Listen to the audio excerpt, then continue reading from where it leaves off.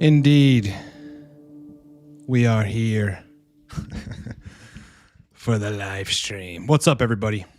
Happy Thanksgiving for those of you that celebrate it, which I assume is most of you.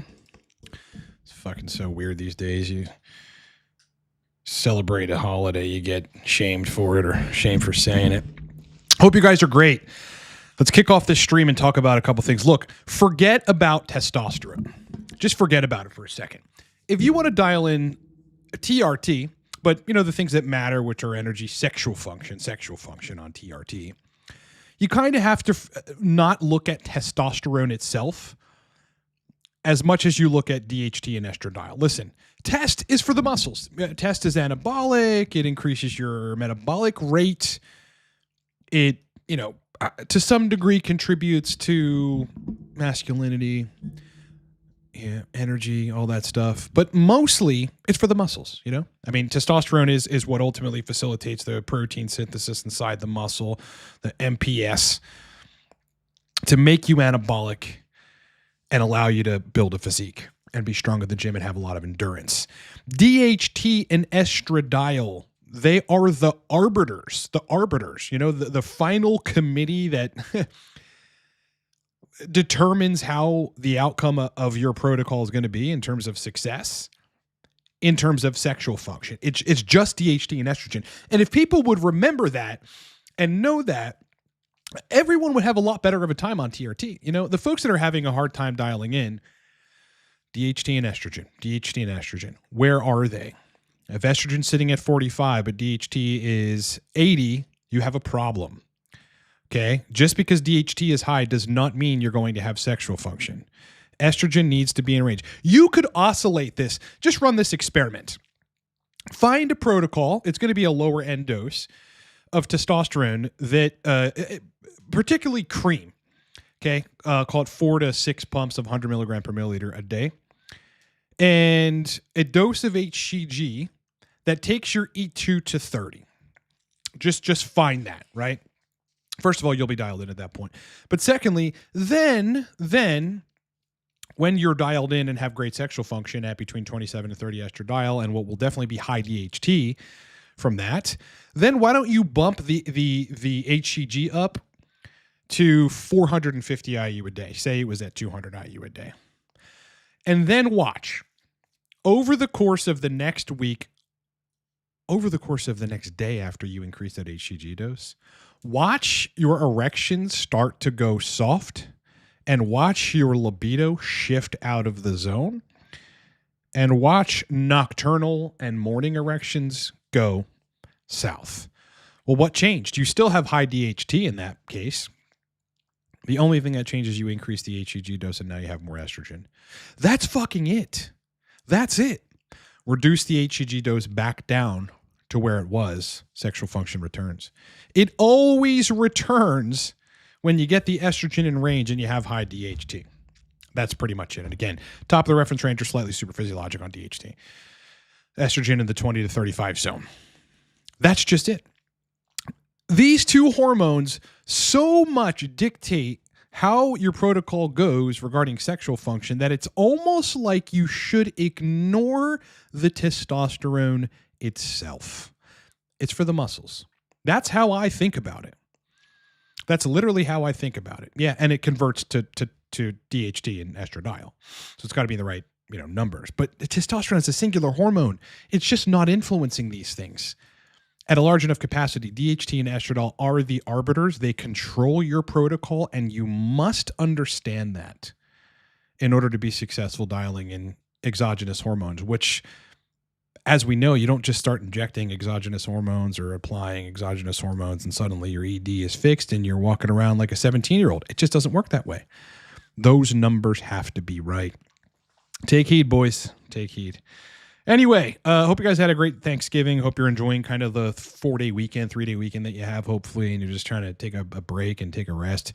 I know me and my girl are finally, we both have a lot of stuff going on in our lives, but we're trying to settle in into trying to enjoy the weekend and stuff, and we're going to do pizza later on, which is always a treat. And hope you guys take an opportunity to kind of, relax and chill out. Why do I not have the chat up. Hold on, give me a sec, boys. Lost the chat somehow. How did I lose the chat? Hold on a second. Bing. That's the overlay. I don't have chat. Hold on, guys. I got to figure out why I don't have chat on the screen. Just give me a second here. Let me kill the pop-out chat. Let me bring it back.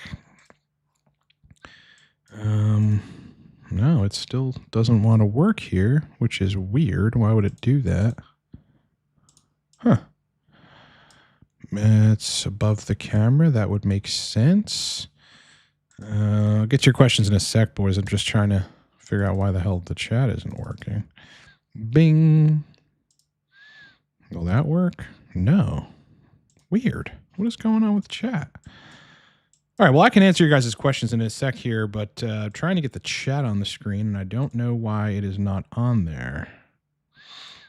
Weird. Why would it be weird like that? I might have to just completely remove the whole browser situation here and add another one, maybe. Browser. Bing. Okay, so we got that on the screen. That's good. Doesn't seem to work. That is so weird. I really don't have any idea what's going on. I think it's a YouTube problem, boys, because I am not able to, for some stupid reason, have the chat overlay on the screen. Why wouldn't I? Why wouldn't I be able to? Bing. Man, that pisses me off. All right, bear with me for a sec, boys. Keep those questions coming. Keep those questions coming, and let me try to figure out why the hell. Why would this be?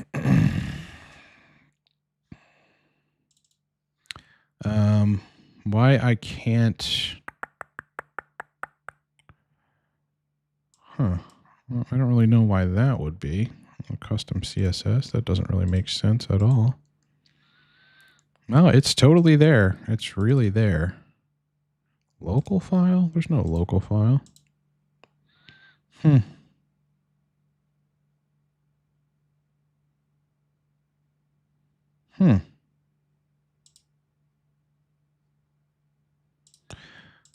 All right, I'm going to try this one last time with the pop-out chat. Brothers!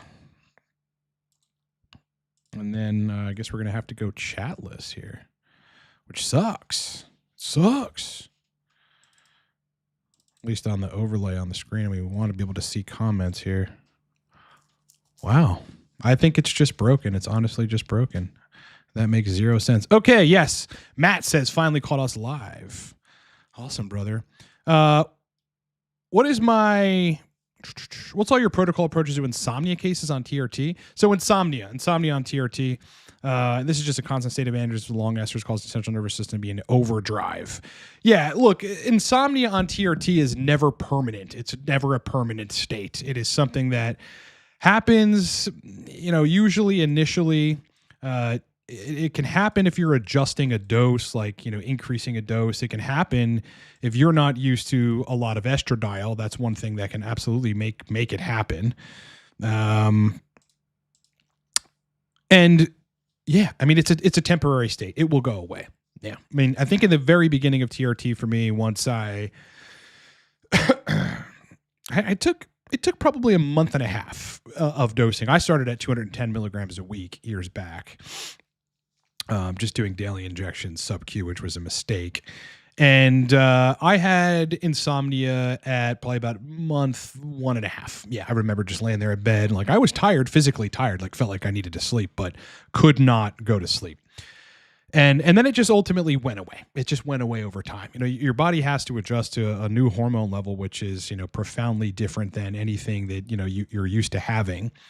Exogenous hormones are, it's a serious fucking thing, dude. It's a serious thing when you've got hormone levels that you're definitely not used to, and your body has no idea. Like, initially your body has no idea. Whoa, all this testosterone, I'm not even used to this. Like, I haven't had levels my entire life this high. It's got to adjust. It's got to adjust. It's just got to adjust, man. You know, that's kind of the bottom line there. But at the same time, you know, it could easily be the case that you need to adjust your protocol, you know, to something that makes a little more sense for you. You know, if you're over in a bunch of hormones and your body just cannot tolerate that, you're going to have insomnia, you know, and that's going to be, that's going to suck. And there might not be anything you can do about it until you, modify your dose. Still trying to get chat up, and for some fucking reason, I just cannot get it on the screen. I really don't know why. It's in the right place. It should absolutely be on the screen, but it just doesn't want to work. Doesn't want to work for some stupid reason. Okay, 200 milligrams test started at 500 HCG and helped my mindset a lot, thinking of doubling or tripling the HCG. Should I? Well, you're going to eventually over-aromatize if you're not now. If you just started dosing testosterone, then, you know, estrogen might not have caught up yet, or the effects of estrogen might not have caught up yet for you. So, you know, you're sitting okay at the moment, but the moment that it does, meaning estrogen comes too high and the tissues start getting oversaturated with estradiol, is the moment you're going to start feeling like shit. Your dick is going to go limp and your libido is going to go south. So I would not double the HCG at this point. I think right where you're at might work for you if you just leave it alone. You're a kind of an under aromatizer, an average aromatizer. Otherwise, though, bro, no, I would not be messing with that. I would not try to increase HCG. That just does not make sense. Let me try this browser window one more time. I'll create a new one. See if that works. Bing. No, it doesn't. I really just don't understand what the hell's going on with chat here. Hey, brother, started test cream 4 days ago. I'm very happy. I can feel the DHT effect that I've only been able to feel in the past with DHT gel or DHT derivatives. Yeah, listen, test cream gives you much more of a DHT effect than any other ester, besides prop, right? But cream is probably better for the DHT and better for everything. It's just easier. You don't have to deal with post-injection pain or any of that nonsense. So, yeah, I mean, quite honestly, dude, there are things you're going to notice in your physique with test cream that you'll not have with testosterone cypionate, namely being vascular. You're going to be vascular. You'll look a little rounder around the shoulders. You're going to generally be a little leaner. Things on your body will be leaner. Just like you're going to have less subcutaneous water underneath of your tissue on your shoulders, on your biceps, on your forearms. A lot of shit, you know, the erections. Besides prop, if you can dial it in correctly, there is no other ester that gets you better erections than testosterone cream. There just isn't. There just isn't. You know, I've never seen someone, if they can dial in cream, have worse erections than if they dialed in cypionate. And I've always seen the opposite. You know, if you get the right dose of cream and you're dialed in, you're going to have better erections, better libido too. What people don't recognize about, you know, sex hormones relative to libido is the thing that gives you the primal libido is in fact DHT. It's DHT, assuming estrogen's in range, because estrogen can modify that. You know, if estrogen drops too low, especially with an AI, you're going to lose the libido. If it goes too high, it might still have some of it, but it's not going to be primed. If it's in the range for you, where you need it to be, estradiol, and then you jack up DHT, your fucking libido is going to go insane. It's going to go insane. Yeah, just get from sourceless, get the high concentration DHT and experiment, you know, get your estrogen in the right range and then increase the DHT. Like, you're going to see how much drive you have for your girlfriend, for women in general, or whatever you're into. Massively fucking increase with DHT. So, I mean, in these cases where test cream, it's like you can feel the effects of the DHT comparable to DHT derivatives. It's just what it does. It's because you have more DHT.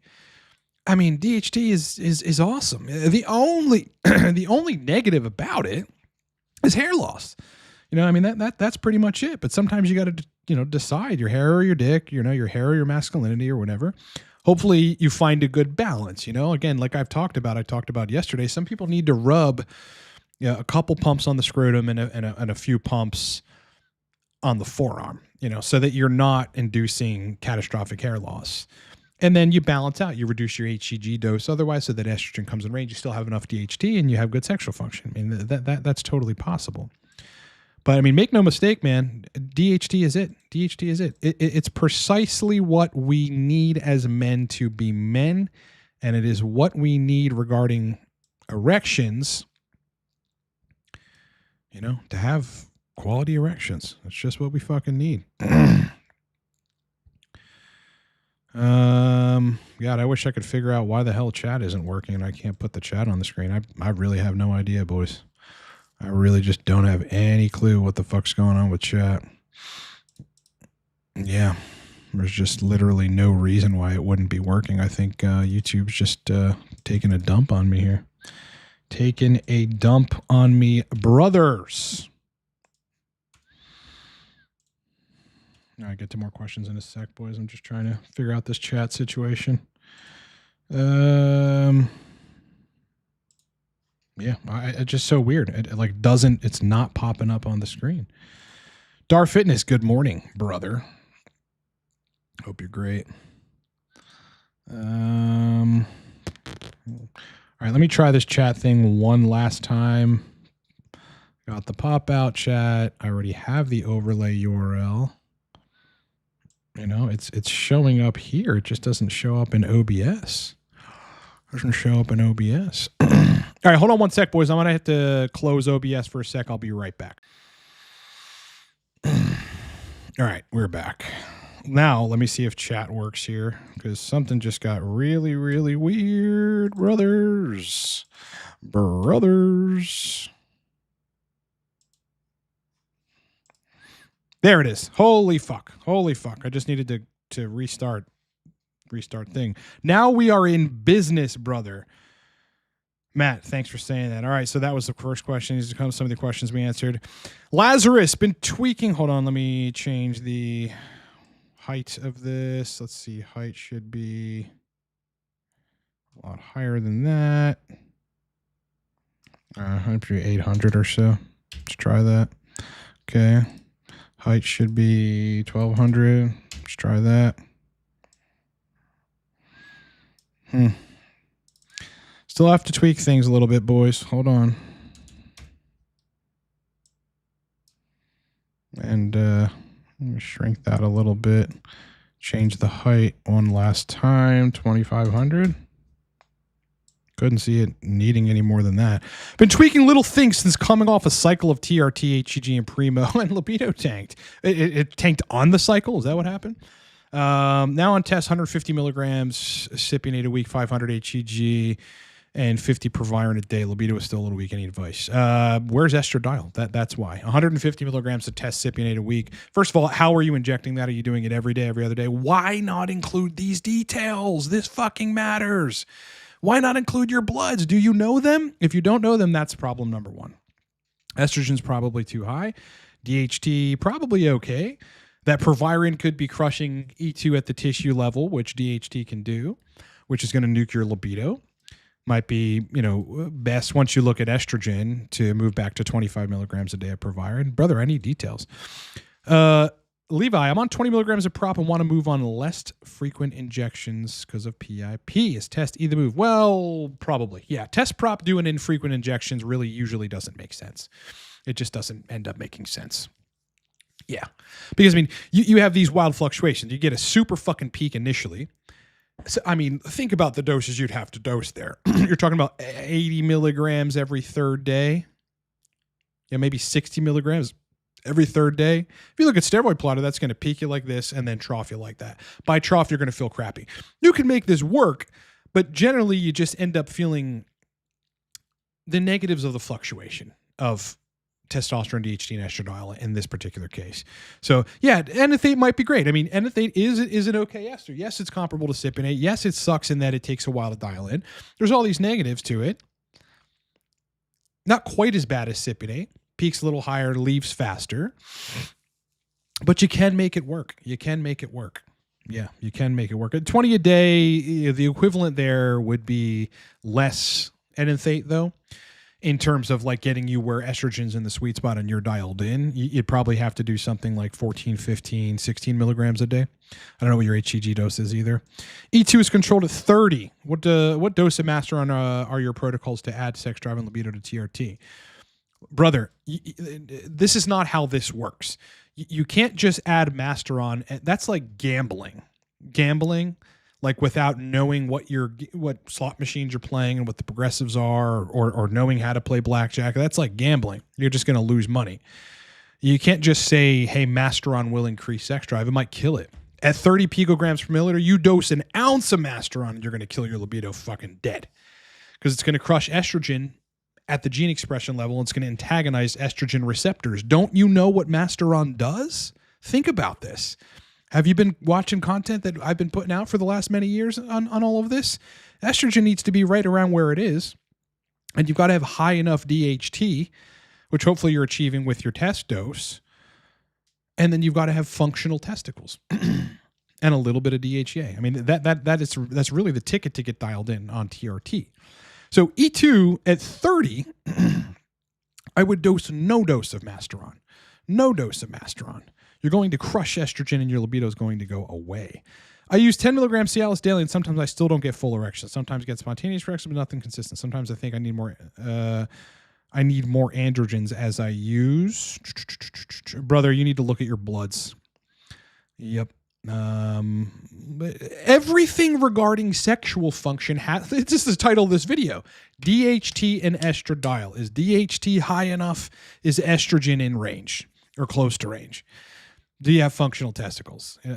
That's what you need here. That's what you need. Also, let me ask you a question.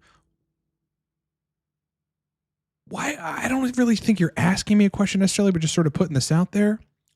But why put it out there without saying, hey, estrogen is right here, DHT is here. Here's the doses I use.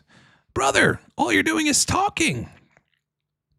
Dream Chaser had constant insomnia on test sip for years and never subsided, only 50 milligrams twice a week. The long ester, when I switched to prop, it seemed to start to help. Yeah, absolutely. I mean, that's another thing. When you hear these insomnia cases, they're almost always testosterone cypionate. It was for me. Yeah, I mean, I don't get insomnia on, dude, I went to 7 pumps of cream once experimentally.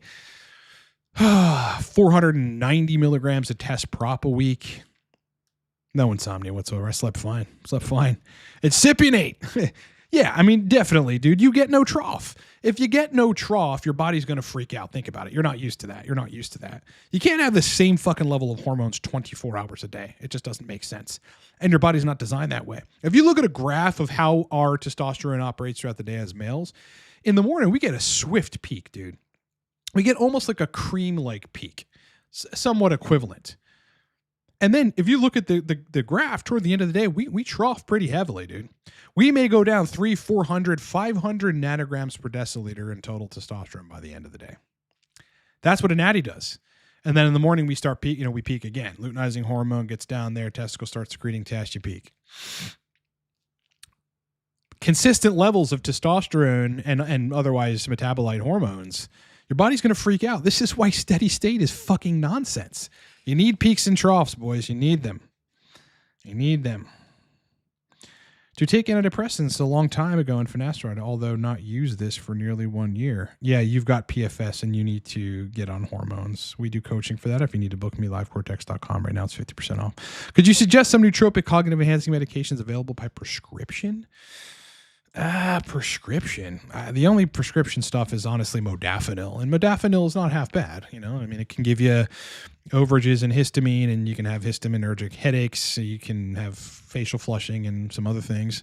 I think dose too consistently for many years at high doses, you're probably going to have some dopamine problems. But, used a couple times a week at a modest dose called 75 to 100 milligrams at a time, modafinil is magical. And finding the dose that makes sense for you. I mean, it's one of the best productivity drugs out there. Otherwise, we have a stack called Torque, which will solve your problem if you respond well to it. Not everybody does. Most folks do. Have I tried DHT enanthate or androsterone? DHT enanthate, no. No, it's just not something I really care to use. I have so much DHT oil that I've reconstituted into lower concentration DHT stuff. I still have the high concentration shit as well, a 20% gel that I see no need to put a needle in my body if I've got transdermal DHT. Yeah, I've got a lot of transdermal DHT, enough to last me years because I don't use it a lot and I don't need it when I am using it in large doses. Camille, why even E250 after adding Proviron 12.5? I feel joint pain and lower libido. Probably because, again, DHT blocks estrogen at the gene expression level. What happens with DHT and DHT derivatives, including Proviron, first of all, Proviron does inhibit aromatase, right? Not a lot, but it does inhibit aromatase. But estrogen is supposed to bind to ERB, ERA receptors. It initiates this cascade of gene expression. With a DHT derivative or DHT itself in the picture, what happens is estrogen will still bind to the receptor, but this whole sequence of genetic action that happens thereafter gets blocked and muted. It's essentially just terminates the signal right then and there, so there's no gene expression. So you even really feel the estradiol. That's what's happening here. Yeah, that happens. That happens to people. So, I mean, with E2 at 50, the tissues probably feel it at like 17. It depends. You might be a hyper responder to Proviron in this case. It's not a lot of Proviron, but that shit is fucking potent. You know, it makes me laugh when people say, well, the oral bioavailability of Proviron is so low. Why wouldn't you dose it sublingually or inject it or whatever? It's like, yeah, no, it's not. Proviron is exceptionally powerful at the androgen receptor where it matters. You know, and in terms of blocking estrogen, it really acts a lot like DHT, and it's going to, induce the hair loss that DHT can induce as well, if you're not careful and if you're susceptible to it. So, I mean, I think look at it at face value. Just because the E2 is at 50 doesn't mean you're not getting a crushing of estrogen at the joints. That's what's happening here. That's definitely what's happening. Job, thoughts on topical cetirizine to lower androgen-induced scalp inflammation? Currently using 10 to 15 milligrams DHT anethate with Proviron, 0 hair loss. So you're using that topical stuff right there? How does it work? Where does it work? If it works strictly on the scalp, well, you probably found the solution to hair loss, but I don't think that that's the case. Otherwise, that would be out there as the most popular drug, or it should be anyway. It's not an inflammatory response that happens at the scalp via DHT. It's a reduction in subcutaneous water and subcutaneous tissue, which buffers the hair follicles typically. But when that fat tissue on your head, on your scalp, reduces substantially, just like it would your shoulders, and therefore you get more vascular with DHT and DHT derivatives, well, the hair follicles become a lot less healthy. That's the mechanism, according to a pretty big, long paper on this, of DHT-induced hair loss. So if you could circumvent that somehow by trying to maintain the subcutaneous tissue, the fat tissue on your scalp, you keep your hair follicles healthy and have loads of DHT. I haven't figured out how to do that, but I haven't really experimented all that much. Timothy, I've tried cream several times using various bases. Doses have varied from 100 milligrams to 300 milligrams a day. Usually split twice per day. At any dose, I get extreme fatigue 3 to 5 hours later. Thoughts on that? First of all, I've used the 100 milligram per milliliter cream. Number one. Number two, how long has this gone on? Because there are periods where you're going to get some sort of androgen-induced fatigue that a month later, it's not present anymore. It will completely go away. Yeah, that kind of stuff happens. Yeah, I mean, when I went on my cycle, I had test flu for about 7 days. I felt like I had the flu. I had full-blown testosterone flu, and it sucked. It sucked. I was ready to be like, fuck this, man. I don't need the mass. But I stuck through it, and then it went away. Then I was sleeping like a baby, feeling fucking phenomenal, and, and everything worked out. At the same time, I mean, if you look at your bloods and from lower doses of cream, you're going up to 2,500 total tests. Well, that's the reason you're a hyper responder. So you've got to dramatically lower the dose. You need to look at your bloods and see where are they going. Because if you're hyper responding, that's the answer. Thoughts on Anavar sublingually as a pre-workout? Yeah, fucking totally awesome. Totally awesome. Anavar works instantly, basically. I mean, you're going to have increased anabolism, and you'll start blocking catabolism, within an hour or so of taking Anavar. I think the shit's so fucking powerful. If it didn't mess with lipids, or, for me, it gives me like a degree of tachycardia when I take anything above 5 milligrams of Anavar. That only lasts a few days, but I really don't love that. I would take it all the time. I would take it all the fucking time. I have Anavar, and I'll probably go back on a cycle of it at some point. But I'm just in a really good place right now with health and everything else. I don't know. I've gotten to the point where I don't fuck with anything. I don't take any AIs anymore, any DHT derivatives, other than test cream, which is a lot of DHT, and just kind of not interested in messing with anything. I ran a test cycle last summer, cycled down to sports TRT for a little bit, and then back down to TRT, put on a good mass, so I'm happy there. It's not something that I'm interested in doing, but I think you could totally fucking run it, man. Or run it. What worse can happen if you do test cream in the AM and PM so there's a peak and trough 2 times? I could take higher dose in the day this way. It works. Is it bad long term?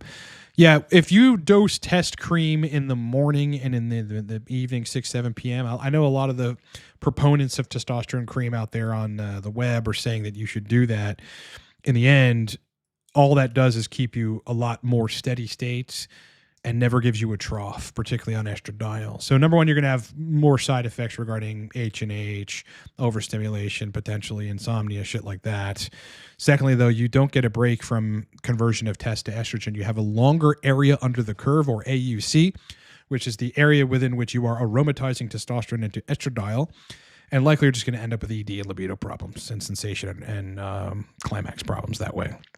Yeah, I know that, again, that's part of the test cream course that just launched, which is also 50% off. Yeah, boys, by the way, everything for Black Friday is fucking 50% off, including coaching, 50% off. But I just launched this cream course, and one of the things that I make clear in this course is everything you've learned about testosterone and cream really doesn't pan out in reality. Guys coming to me from, some of the proponents of cream out there telling them to do the 200 milligram stuff and 2 in the morning, 2 in the evening or whatever. They all have ED or otherwise problems. Yeah. Some of them are hyper responders. Their test is going to 2,500, E2's at 70. It's just, this advice to keep your hormones steady state when you're fucking not used to that. You're not built for that. We peak and trough in testosterone. Again, go find a graph of what natties do.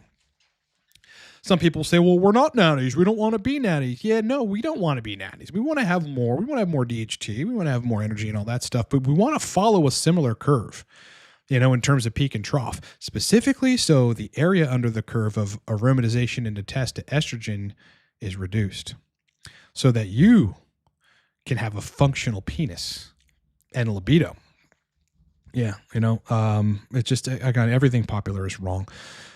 Fedetto, Fade to Black. Hey, Ryan, as you've said, 8X cannot be tolerated by a lot of people. Yes, there are just folks who will not tolerate even the microest doses of Arimidex.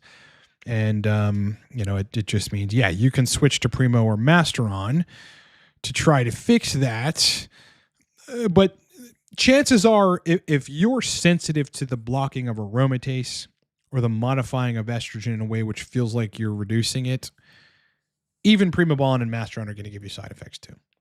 Yeah, the folks that can't tolerate AIs will try dosing Masteron and they get the same kind of effects. Quite frankly, Masteron and Primobolan, Primo a little milder. Like you won't really have joint pain unless you overdose the shit, but it can nuke your libido because it's blocking aromatase.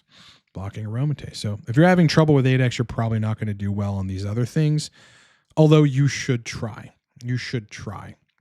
You want to confirm or deny that you can take DHT derivatives and, dial in on TRT. Dream Chaser, test is at 105 a week, E2 at 30. And every time I add Masteron, I feel great with sex drive. I just wonder what dose is used. Sorry to upset you. So maybe it's blocking estrogen a little at the tissue level, and it's increasing your sex drive.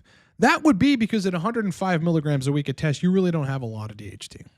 You probably, if you were to measure it without using Masteron, your DHT probably be like 40, 50 maybe, 45. Like that, it's just kind of on the low end. That's why that's happening, right? Because you're lacking the DHT. So bringing Masteron in that it acts a little bit like DHT at the receptor, albeit differently. But in terms of androgen receptor binding, it's pretty similar. Masteron's one of the closest to DHT of the DHT derivative structurally, chemically. I think Proviron would be a little closer. But that's probably what's happening there, man. I didn't know your test was 105 milligrams a week. There, it's like you might be taking the E2 down to like at the tissue level, it feels like it's 22, 23, which is still okay. Still okay. Chris, appreciate everything you taught me about estradiol. My SHBG number seems to dictate when my estradiol works best for me. Could just be a random coincidence. Estrogen at 45 with SHBG low 20s. Great. SHBG lower than your E2 numbers work for me. Yeah. I think you're just one of those people that can tolerate estrogen at 45. I have one client at the moment. I think it's transient, but I have one client at the moment who was just at about 50 estradiol with, he was double dosing because he didn't realize it was, milligram per milliliter on the vial was, I think he thought it was 100 milligrams per milliliter or something. And he was overdosing test enanthate.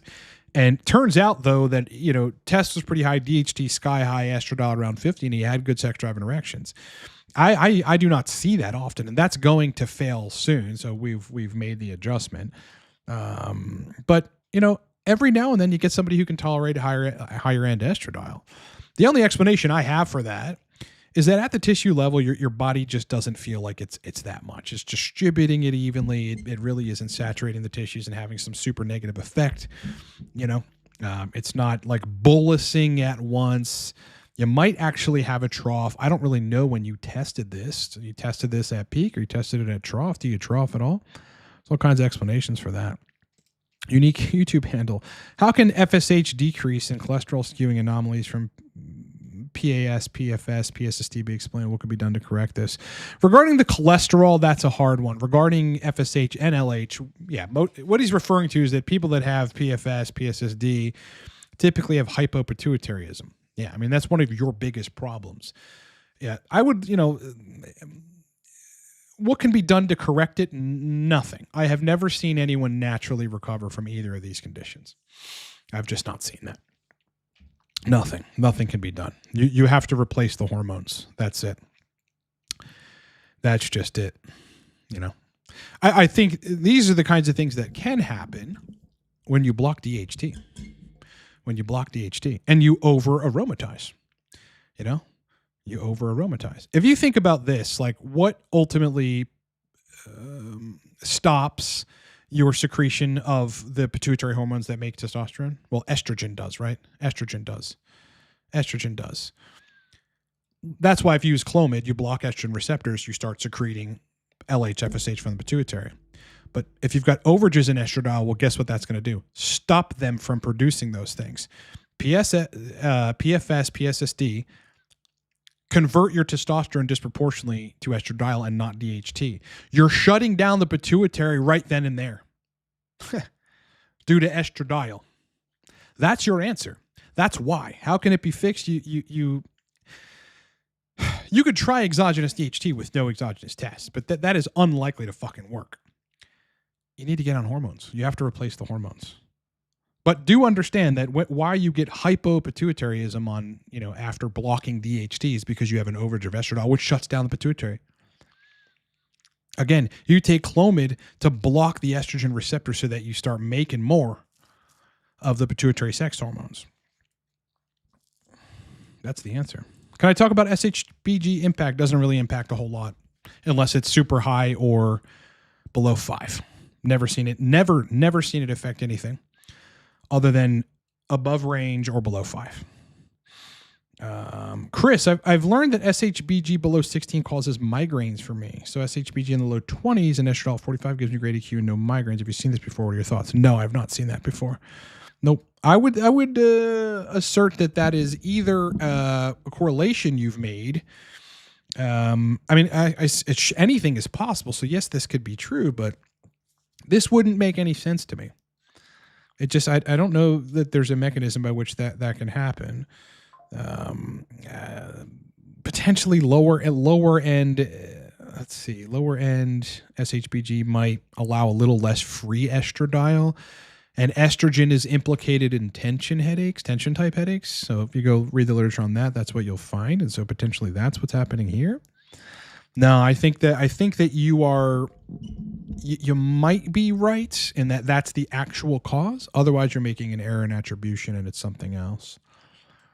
Yeah, you need to when it comes to what causes what and what does what, you've got to make sure you're right. You know, I have people that have sexual dysfunction from hair loss drugs that think their problem is dopamine synthesis, but if you had, and they're convinced, but if you had went and somehow figured out how to measure, okay, you know, do I have enough tyrosine hydroxylase and dopa decarboxylase to convert tyrosine into L-dopa into dopamine? The answer would be yes, you have enough. It's not dopamine synthesis. It's all this other stuff. Make sure you're right. What should I do when I have low DHT natural? When I add Proviron to TRT, I have a lot of bad side effects. So you have low DHT conversion on TRT without Proviron. Is that what you're saying? If that's the case, switch esters, because you're probably using cypionate, and cypionate usually does have a lower DHT. Actually, 100% of the time has a lower DHT conversion than test cream. Orange juice break. Yeah. That's the answer to that question, man. Wildlife safari. I used a DHT blocker for hair loss after prolactin level rised. I experienced libido loss in gyno. What can I do? Take cabergoline to get the prolactin down and get on hormones to increase DHT and keep estrogen in range. That is the answer. Yeah, you used a DHT blocker. You drank the Kool-Aid, man. You know, I don't want to make an example out of you or make you feel bad, but you went into something because, you know, you wanted to keep your hair, and you listened to the docs, and you didn't study it enough. You know, you might have heard that PFS is a thing, which is what you have here probably. And you thought, not me. Studies say it happens to, 2% of people or some shit. It's way higher than that. You know, the company that makes the most prominent DHT blocker was fucking sued. Class action lawsuit. After a guy who was on it lost his sex drive, got depression, and jumped in front of a train and killed himself. And they lost the lawsuit. Merck. What the fuck are people thinking? You guys want to play Russian roulette with your dick in your life? What you can do is get on exogenous hormones, replace your DHT and testosterone, keep estrogen in range, and keep your testicles functional, and never fucking think about taking a drug like that again. If you get the protocol right and you're fixed,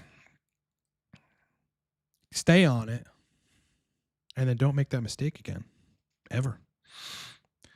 Hi, out of our test prop and creatine monocycle. But fine if you get the doses right. You know, with prop cycles are always going to give you ED because estrogen's just going to go to 90 or above. So you've got to be really careful about that. And just take aromasin or if you can tolerate, and find the right doses of aromatase inhibitor or DHT derivative.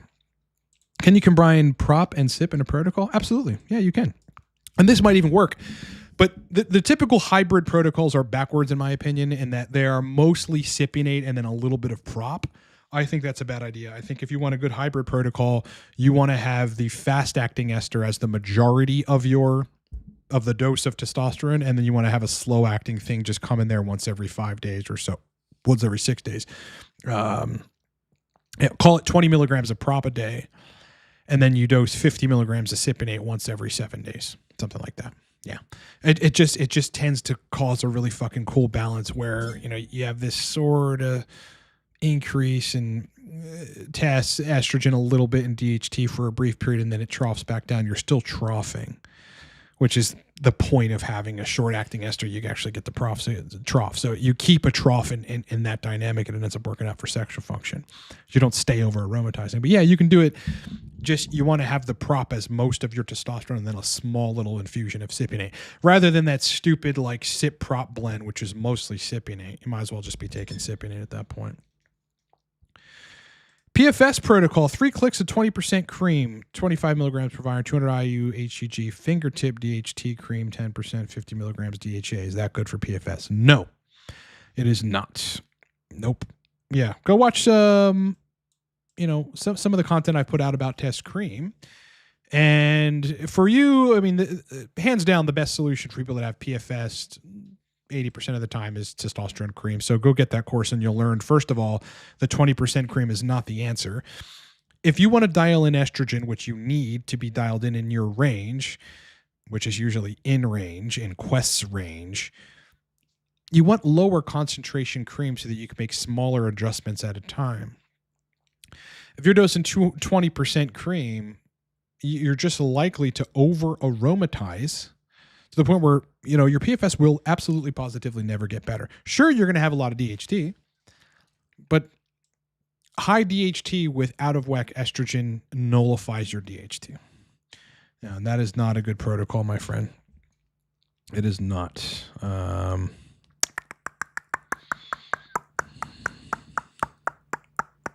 Too much DHEA as well. You never need more than 20 milligrams of DHEA. I've never really seen that to be the case. Yeah, if I were you, I'd go to 2 pumps of cream, keep the Proviron, run 125 to 200 IU of HCG a day. Leave the DHT out of it for now. 20 milligrams DHEA. Get estrogen in range. If that doesn't work, you got to go to the 100 milligram cream and do 4 to 6 pumps. Get estrogen in range. You'll have enough DHT with the cream. Yeah, if you're applying it to the scrotum. Get estrogen in range. Don't not think about that. You also can't, propose the question, is this protocol good for PFS? Think about it. What does it do to the bloods, which are the only thing that matters? It's the only thing that matters. Next time anybody, wants to say to anyone, themselves, me, their friend, their mother, would this protocol be good for this? Slap yourself in the fucking face. What does it do to your bloods? Where does your estrogen go and where does your DHT go? That's all that fucking matters here, man. It's like the people in the forums that are like, does lithium orotate cure PSSD? What? Be more specific with yourself, brother, please. I'm sensitive to getting insomnia from too many androgens. What's the best approach to taking Masteron P daily, or should I take it 3 times a week so I can trough more to help sleep? Yeah, and Masteron helps your libido when your E2's at 30 is what I remember. Your best approach is, try to have some degree of trough there. At the same time, here's where people are making errors in attribution. Why are you so confident that androgens cause this? When people can go on cycles of 500 to 5 grams of test and not have sleep problems. What if Masteron blocking estrogen at the receptor is causing this? Because when you take AIs and you get the dose fucked up, you have insomnia, among other horrific problems. Yeah, androgens do not cause sleep problems, man. At the same time, you probably have to look at what in your history or what's going on with your physiology where maybe you've got some sort of, underfiring of GABA, which is supposed to act as an inhibitory neurotransmitter to shit that causes anxiety, and try to address that or do something about that. Best timeline for getting labs to see a respond to an AI? It depends on an anastrozole. After dosing anastrozole, if you're curious, 24 hours later, that's when the most reduction of E2 is going to take place, according to the literature. People are obviously different, and we're not lab rats, but it's generally accurate. Then, though, you have to see at which point your estrogen starts coming back up. So at day 2.5 or 3, you should also run E2 labs again, and then run it again at day 7. If you want to be like meticulous about this, then run the labs again on E2 sensitive at day 7. Then you can see when it's fully recovered to its pre-anastrozole state. That dictates your frequency. Let that dictate your frequency. Big Z Baller. Hey, I feel better libido and nighttime AQ after 3 weeks using HCG and adding some zinc. I think it's due to HCG losing potency and zinc helping lower E2 into good range. It's probably not that. It is the fact that, no question, zinc lowered the E2. So that's definitely a part of it, because that shit will do that. What you probably did is, like, I've seen this happen before too. This is a good case of something that's pretty common where, you have someone increasing estradiol, increasing the function of the testicles, increasing intratesticular and intersex organ DHT, which you do with HCG. By the way, if you don't take HCG, how the hell do you expect the sex organ DHT, which you desperately need a sexual function to work? This is why people need HCG. But you're increasing the E2 and increasing the functionality of the testicles, and then you're lowering some of that systemic E2 and tissue E2 with the zinc. So you're getting the good benefits of the intratesticular DHT, and making it say that you don't over aromatize. This is a good thing. This is a good thing. The HCG losing potency, it may or may not have something to do with it. It depends on if you're dosing it anytime after the 3 or 4 week period. Yeah, I mean, I'll say this regarding HCG. People will have a protocol of testing HCG, and at some point within a 3 week period, they're dialed in. Their libido is great, their erections are great, everything's great. And then at another point within that 3 to 4 week period, they're not dialed in.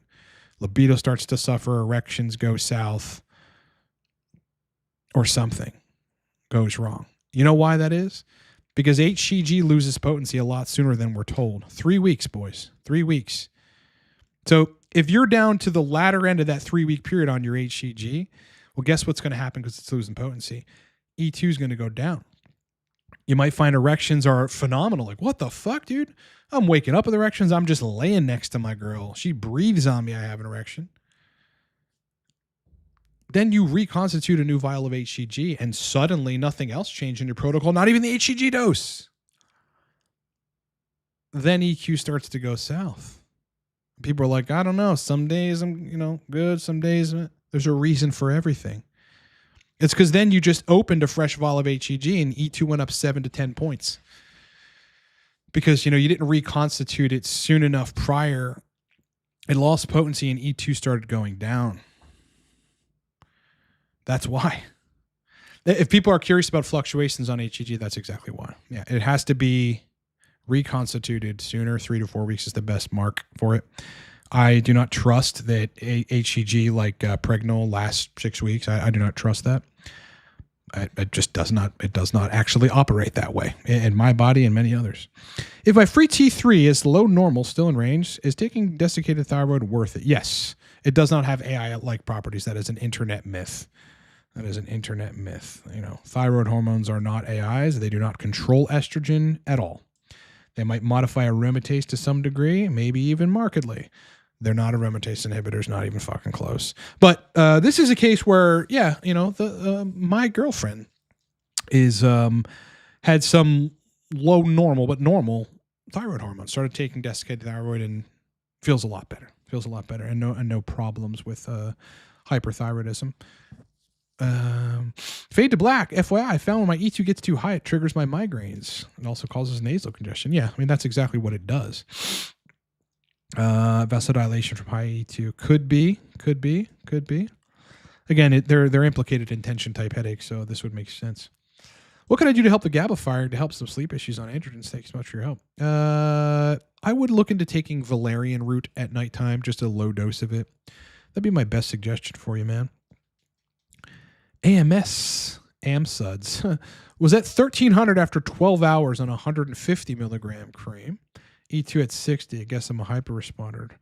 Also noticed bilirubin was high in my last blood work. That's never really good, brother.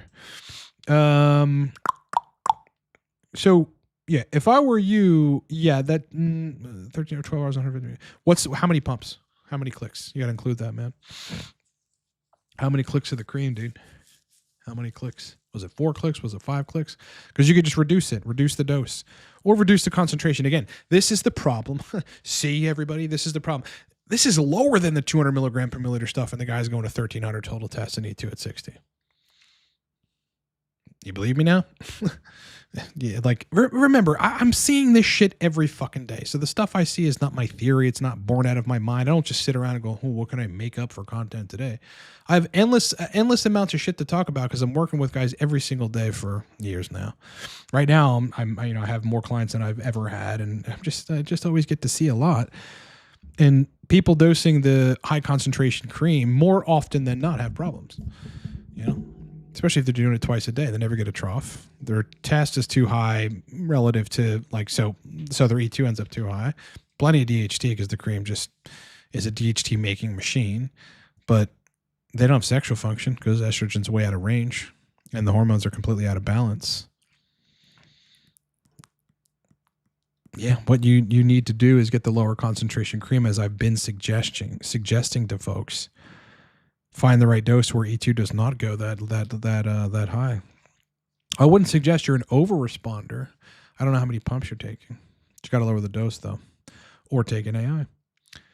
Does Pregna lose potency? Yes, it does before the 60 days. Yes, it does. Yeah. You just got to pay attention.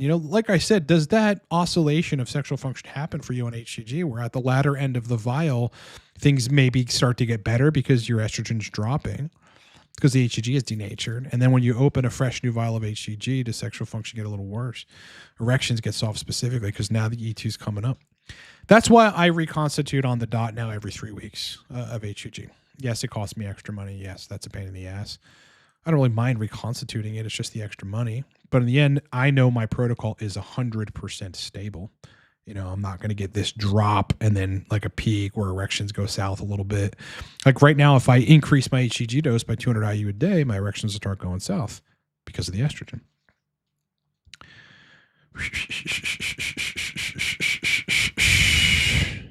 Radratalon. Can prop be taken sub-Q? It does absorb differently when dose sub-Q. It always does. You have less blood vessels in your subcutaneous tissue, so you're going to get a slower distribution of the test. You're probably going to lose some of that material, and it won't be put into systemic circulation really much at all. It's one of the theories I have on sub-Q and why it's so fucking inferior for people. At the same time, you get absolutely positively zero trough when you're doing sub-Q. So some people switch from Cypionate IM to Cypionate sub-Q, same dose. And then they have higher, sometimes everything, other times higher E2, lower test. I wouldn't dose it sub-Q. Prop also has some pretty bad post-injection pain associated with it. That can absolutely fucking happen. You do it sub-Q, it's going to be worse. It's going to be worse. Dream Chaser, HCG at 500 IU 2x per week seems to only move my E2 around 5 points, but it does push progesterone 0.3 each 500 IUs. Yeah, it could absolutely increase fucking progesterone. It's one of the reasons that, people have problems on HCG while they're taking pregnenolone. They got this advice from the internet to mega dose pregnenolone, which is absolutely fucking absurd. There's no fucking reason to mega dose pregnenolone, boys. Man, that's just going to convert to progesterone and block your DHT. But yes, some people are different responders to HCG in terms of E2. I'm not a huge responder, but I am enough of a responder. I mean, makes your Leydig cells make more estradiol, and it also makes you make more tests in the testicles, which converts to estradiol. So effectively, it's an estrogenic compound. So that's why you've got to dose everything accordingly so that you still fall in range. Still fall in range, man. Does Sourceless ship to Canada? Yes. The DHT powder may be out. That's a hard one. I know when the Sourceless launched, like pretty much everybody and their mother bought a lot of that DHT, so they probably have to recuperate and get more of that stuff. But the DHT gel is available and other sources of DHT. I'm in the process of vetting a DHT cream. I have to get it first. It's got to come here first. Once I get that and vet that, that's going on the Sourceless. I can't quite add it yet because I haven't used it, and I need at least 5 people to use it too. Regarding transferring cream to your partner, I just think this. Listen, I have put cream on and then, got frisky with my girl an hour later and there was no negative effect. But generally you want to be mindful of the fact that it could transfer if you're doing it consistently. And then, there might be symptoms of masculinization on her part, i.e. acne and a deeper voice or, a more aggressive demeanor or something, she might start behaving like non-womanly and not feminine, which you probably don't want. But generally speaking, no. I mean, the cream absorbs like right away. Those of you that dose cream, you put that on the testicles or the forearms or both or wherever, however you split it or apply it, and that white cream just turns to nothing. It just absorbs, man. So at the same time, you start noticing it right away. And if you go run bloods 2 hours later, they're gonna, you're gonna see super high tests, high DHT, and all that stuff. So it absorbs right away. It's not sticking around much. Now, will there be some residual if you don't rub it in correctly? Yeah. That's why you should shave the testicles to the best of your ability and make sure it's all the way in there. And try to avoid having sex with your wife or girlfriend, for a couple hours at least. Steve Wonderful is a high aromatizer, E2 of 80 to 90 with 140 milligrams masteron with 25 per viron daily cover. I don't know. Again, why ask? It's a general question, brother. This assumes that, let me ask you this. You then think that there is a standard masteron dose combined with proviron that lowers E2 a certain amount? Like, in this case, 50, 60 picograms per milliliter. It doesn't work that way. E2 could lower on, your 140 milligrams of masteron and 25 proviron, 20 points for you and 53 points for someone else. So I can't answer that question, and you can't just look at doses and go, well, let me put together a protocol that I think will work. You got to do that initially, and then your legend is the bloods. Like a map, the legend that tells you what's going on is the bloods. You go on Estradiol, you figure out where it is. You make adjustments to your masteron and proviron from there. 20%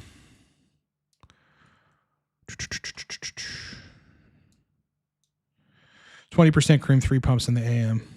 15. Well, first of all, that's too high of a dose. You're going to over aromatize on that. Unless you're using, masteron and stuff like, or an AI, you're dosing 20% cream, which I have warned against. Get the 100 milligram per milliliter stuff. Regarding the prop, I think that's a good idea, but you should start at 5 milligrams. You should be doing 4 to 6 pumps a day of the 100 milligram per milliliter stuff. I'd go with 125 IU to 200 IU of HCG a day. Find where estrogen gets to 20. I've been over this before. You probably haven't seen it. And then you start at 5 milligrams of prop a day, and then go see where estrogen goes at peak, so you can see where that E2 is peaking. Maybe it peaks at 30, maybe 35, maybe 27, and you're perfect. And that's going to work out well for you. Right now, you've got 20% cream, which is the 200 milligram stuff. 3 pumps, that's going to take that testosterone up, which it means, yes, some's going to convert to DHT a lot, but you're still going to get high E2. And with HCG Monday, Wednesday, Friday, that might be contributing to some extent. Go to the 100 milligram stuff, man, and dose it lower. Get the cream in the HCG doses where E2 falls around 20. And then you add a little bit of prop and move slowly. Really slowly. Yeah. Prop for you is not a good idea if you're an over aromatizer, unless it's at micro doses on top of a already stable protocol where E2 is in range. If you can never get E2 in range from any dose of test, then you need to look at why you're over aromatizing and try to fix that. And then you can proceed forward. Any advice for high cholesterol diet is 100% on point. Always been high due to genetics. Would like to avoid a statin. Yeah, you could take tacotrenols, which have the same mechanism of statins, but are better for you, in my opinion. I suppose it depends. What is your diet? Because some people I trust that what you're saying is true, but some people will be like, my diet is 100% on point, but I do carnivore. And they've read that like lowers cholesterol, or that cholesterol doesn't matter, or saturated fat doesn't matter. Well, no, it's not as terrible as we thought it was. The study done by Ansel Keys regarding sodium it's fucking wrong. We all need sodium. We shouldn't have a ton of it, but you can't load yourself with largely meat and not eat carbs and expect your lipids to be normal. They're going to be fucked up. I'm not saying you're doing that. I'm just wondering, what is 100% on point? What is 100% on point? Limited alcohol, a protein of chicken, fish, or beef sparingly, but more chicken and fish with a tuber and a vegetable. Most days, intermittently throwing a colorful salad with most vegetables you can think of, and then having a cheat day of pizza. That's an on-point diet. That's an on-point diet where you still get to cheat.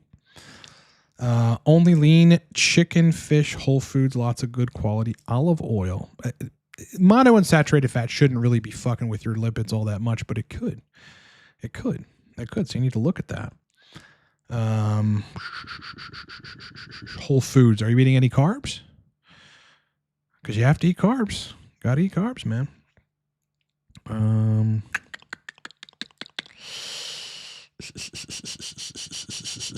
200 milligrams of 200 milligram or 2 pumps of 200 milligram cream didn't change symptoms. Symptoms for what? Changed to 0.25 of cypionate. So what's that? 50 milligrams. Sub-Q added 100 IU HCG. EQ got way better. Libido, wonder why? No idea, brother, because I don't know what the hell you're talking about. What were your symptoms to begin with, and what's the frequency of all this? You guys, man. Big Z Baller, I like being on 4 pumps of cream, but 100 IU's HCG I know is increasing my A2 way too much. Any advice? No, the 100 IU of HCG is not increasing A2 too much. It doesn't do that. Your E2 is high because you're on 4 pumps of 20% cream. That's why. Acidu, pre-TRT biomarkers showed strong LH and FSH, high natural testosterone and DHT, but low estrogen. If I take 60 milligrams Susten on 250 milligrams of HCG and 12.5 3 times a week on clomiphene per workout. Wait, if I take... Brother. How is it possible that there are a good degree of people not asking full questions here? What question here, Christian? Christian, do I see a question from you? I don't see a question from you, man. Christian.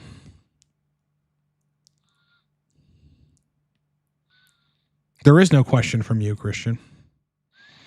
There is no question. I don't see a question from you.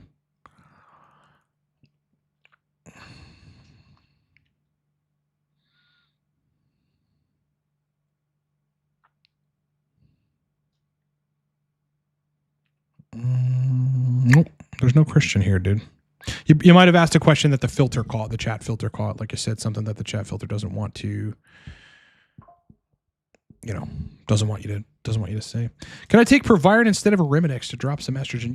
You can, but again, the dose on Proviron's got to be at least 25 milligrams, but usually pushing 50 plus to get a significant reduction in estradiol. But if your test dose is below 120, then you'll get more of a reduction in estradiol from 25 milligrams of Proviron, if that makes sense. Yeah. Proviron's not a strong aromatase inhibitor, but it can be if it's dosed pretty high.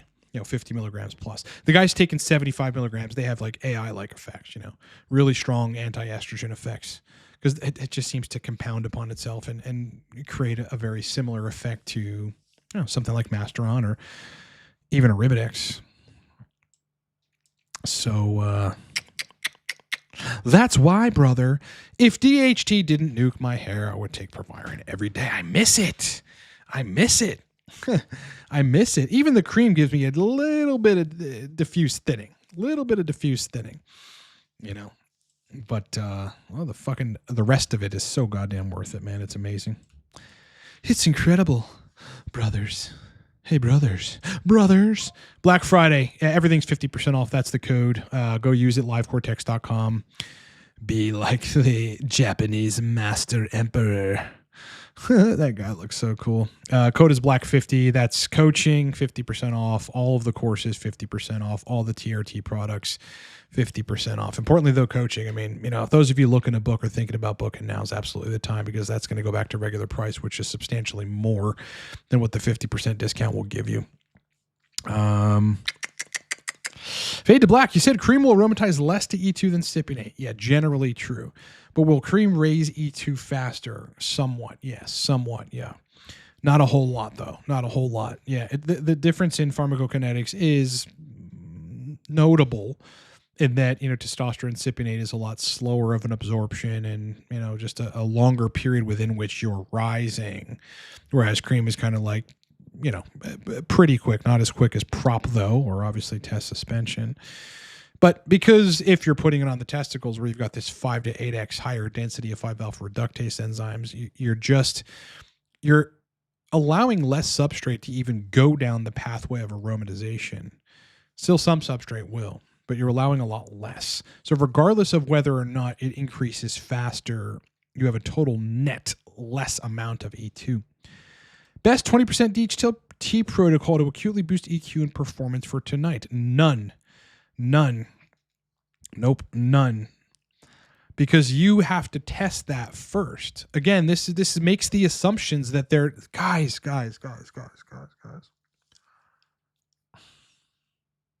There is no one dose of fucking anything that predictably does anything. Stop thinking that way. Stop thinking that way. You know, dude, I don't know where your numbers are. Where is your estradiol, dude? Where's DHT now? DHT doesn't inherently increase sex drive and erection quality inherently. It's all in context, in the context of where estrogen is, in the context of how functional your testicles are, in the context of where your DHT is now. You take too much DHT, you're going to block estrogen too much, you're going to have a lack of libido. So there is no protocol, dude. You got to experiment with the shit and see what it does to you and dial it in and make it make sense for you. Have you ever worked with folks with naturally low E2, and what's the best way to deal with that? HCR or DHEA or something more unconventional? Some folks will say take D-ball, but I don't really think that that's a great idea. E2 is around 20 or lower. No, I just honestly, if it naturally with testosterone, are you on TRT? I mean, if you're on TRT, just increase the dose. I'd love to be able to take like 200 milligrams in FE2, fall at 20. You know, at 210 with no HCG, 2 falls at 35 for me. So it's not very far off, but I need the HCG, so that doesn't work out. Listen, HCG would probably solve that problem. Just increase it. If it gets to the point where it's ridiculous, meaning you have to dose 500 IU every day, then you want to increase the testos. That's all. Just more aromatizable androgen is going to fix that problem.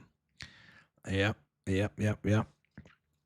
Joe says, just take PT 141.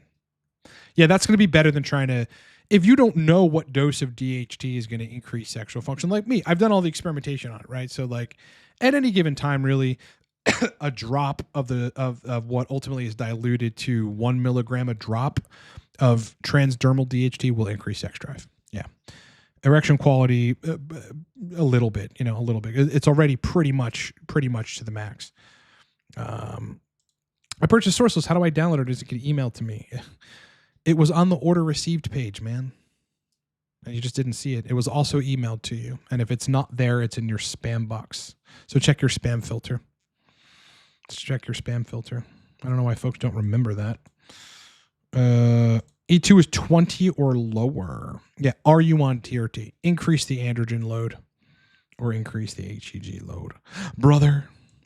All right, boys, I'm going to end the stream again. We're going to launch some different Cyber Monday and Cyber Week specials, but for now, everything's 50% off. That's a discount I've never run before, and I never will run again on products, including coaching. That is the code in front of you there.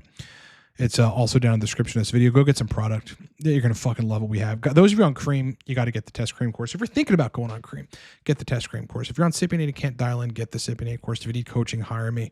Yes, I've got slots open, and we start immediately, like fucking Geronimo, brother. All right, boys. Hope you had a happy Thanksgiving. I'll be with you all this week for some more content, so please look forward to that. Enjoy the rest of your weekend, and I'll talk to you guys Monday. Peace.